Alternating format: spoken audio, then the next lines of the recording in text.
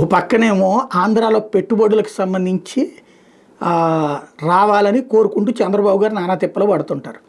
వచ్చిన పెట్టుబడి అట్ట తీసుకుంటూ అదాని అంటే జగన్ మనిషి ఆయన్ని పక్కకు పంపించే అని చెప్పి ఆంధ్రజ్యోతి వార్తలు రాస్తుంది.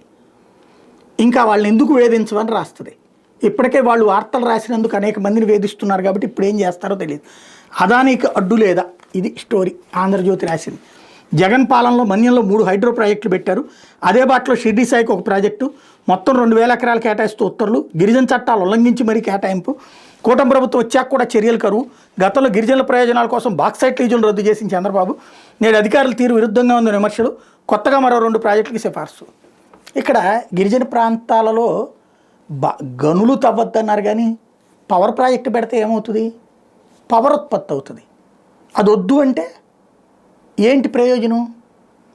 అక్కడ ఈ పెట్టినప్పుడు అక్కడ కొంతమందికి ఉపాధి వస్తుంది కదా, ఉద్యోగాలు వస్తాయి కదా.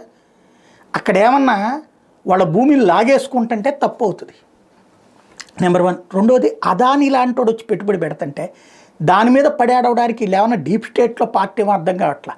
సోరోస్ వాళ్ళు డబ్బులు తినేసేసి ఇప్పుడు కొన్ని ఈ దేశంలో ఉన్నటువంటి ప్రముఖ వ్యాపారవేత్తలను వెంటాడి వేధించేటటువంటి నీచమైనటువంటి వాళ్ళు అంతర్జాతీయంగా కూడా అట్లాంటి తప్పుడు పనులు చేసినటువంటి మీడియా సంస్థలు ఇప్పుడు బయటకు వస్తున్నాయి. వాళ్ళ జాతకాలు అందులో ఉన్నారా వీళ్ళు అనేది ఆలోచించుకోవాలి.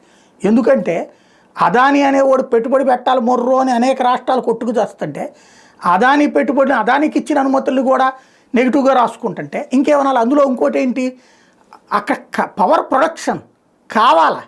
ఇంకోటి, అక్కడ ఉన్నటువంటిది ఎక్కడైతే పవర్ వస్తుందో అక్కడే పెడతారు. కానీ ఇప్పుడు ఆ లెక్కనైతే కనుక నీళ్లలో పెడుతున్నారు ప్రాజెక్టులు, నీళ్లలో పెట్టకూడదని చెప్తామా? నిబంధనలకు విరుద్ధమే కదా అది.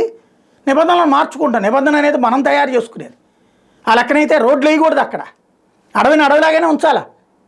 అక్కడ హాస్పిటల్ కట్టకూడదు, హాస్పిటల్ కట్టినా ఎట్లాగా ఉండాలి, రోడ్డు వేసి వెళ్ళనీయకూడదు అక్కడ. మరి అట్లాగ ఉంటున్నామా? అలాగైతే టూరిజం కూడా అక్కడ పెట్టకూడదే, గుడారాలు వేసుకుని ఉండాలి అక్కడ. అట్లా కుదురుతుందే బేసిక్గా.